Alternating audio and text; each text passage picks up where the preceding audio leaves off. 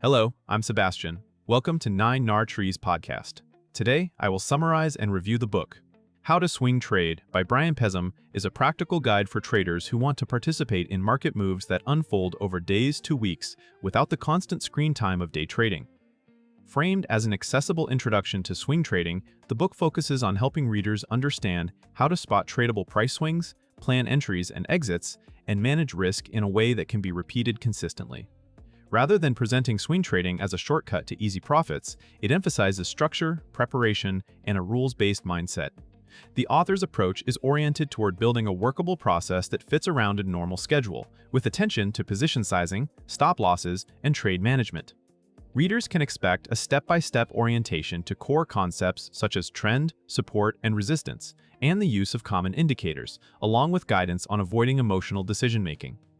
Overall, it serves as a starting point for turning market interest into a disciplined swing trading routine. I will give you key takeaways from this book. Firstly, defining swing trading and choosing the right time horizon. A central theme in a beginner-friendly swing trading book is clarifying what swing trading is and what it is not. Swing trading generally targets intermediate moves within a broader trend, aiming to capture a portion of a price advance or decline rather than the full move. This topic typically outlines how swing traders differ from investors who hold for months or years and from day traders who close positions the same day. By emphasizing a multi-day to multi-week holding period, the reader learns why swing trading can be attractive for people who cannot monitor markets continuously yet still want active decision-making. The discussion often connects time horizon to chart selection, including how daily charts can set the primary context while shorter time frames can refine entries. It also encourages readers to match their strategy to their lifestyle, risk tolerance, and the types of instruments they trade, such as stocks, exchange-traded funds, or other liquid markets. Importantly, defining the time horizon helps set realistic expectations about trade frequency, drawdowns, and the patience required to let setups develop. Establishing this foundation reduces impulsive behavior and supports a consistent process from the start. Secondly, reading trends and market structure with support and resistance. Swing trading decisions are often built on market structure, especially identifying trends and key price levels. This topic focuses on recognizing higher highs and higher lows in uptrends, lower highs and lower lows in downtrends, and the choppier conditions that define ranges. Understanding structure helps a trader align with the path of least resistance rather than fighting momentum. Support and resistance are typically presented as zones where buyers or sellers have previously shown strength, and the book's likely contribution is showing how to use these zones for planning. For example, a trader might look for pullbacks towards support in an uptrend or rallies into resistance in a downtrend. This structural view also encourages planning for alternative outcomes, such as a support break that invalidates a trade idea. Readers commonly learn to avoid over-precision, treating levels as areas rather than single prices, and to pay attention to how price behaves around them, including rejection, consolidation, or clean breaks. By focusing on trend and structure, the trader gains a repeatable way to select candidates, define entry triggers, and choose logical places for stops and targets. Thirdly, using indicators and setups to time entries and exits, many swing trading frameworks combine price action with a small set of indicators to create actionable setups. This topic explains how indicators can be used as decision aids rather than prediction tools. Common swing trading tools include moving averages to define trend direction and dynamic support or resistance, momentum oscillators to evaluate overbought or oversold conditions, and volume or volatility measures to judge the quality of a move. The practical value comes from translating these tools into clear setups, such as trading pullbacks in the direction of the trend, breakouts from consolidation, or reversals at key levels when conditions support it. A strong instructional angle is building a checklist that keeps entries consistent, confirm the trend, locate the level, wait for a trigger, and define the risk before placing the trade. Exit planning is equally important and may include profit targets based on prior swing highs or lows, trailing stops that follow the trend, and rules for reducing risk as the trade moves in the trader's favor. By focusing on entries and exits together, the reader learns that timing is not only about getting in, but also about managing the position until a planned conclusion. Fourthly, risk management, position sizing, and protecting trading capital. Risk management is the backbone of swing trading because even high-quality setups can fail. This topic centers on controlling losses so that a series of trades does not damage the account beyond recovery.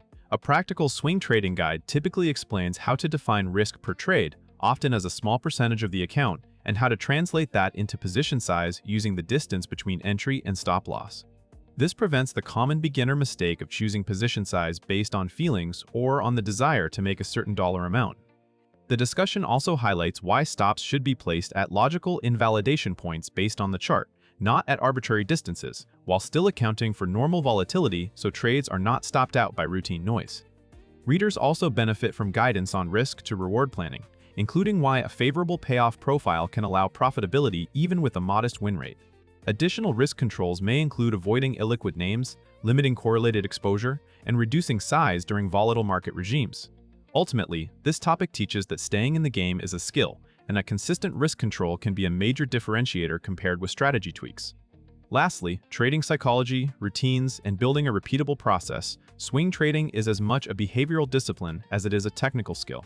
This topic focuses on the routines and mindset that help traders execute their plan under uncertainty.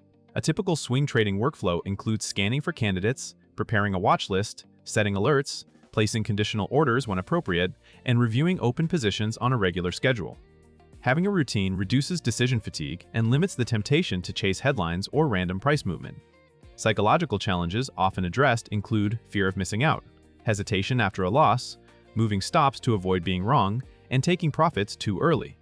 The book's practical value is likely in promoting simple rules that keep emotions from overriding the plan, such as defining entry, stop, and target before placing a trade and accepting the risk upfront.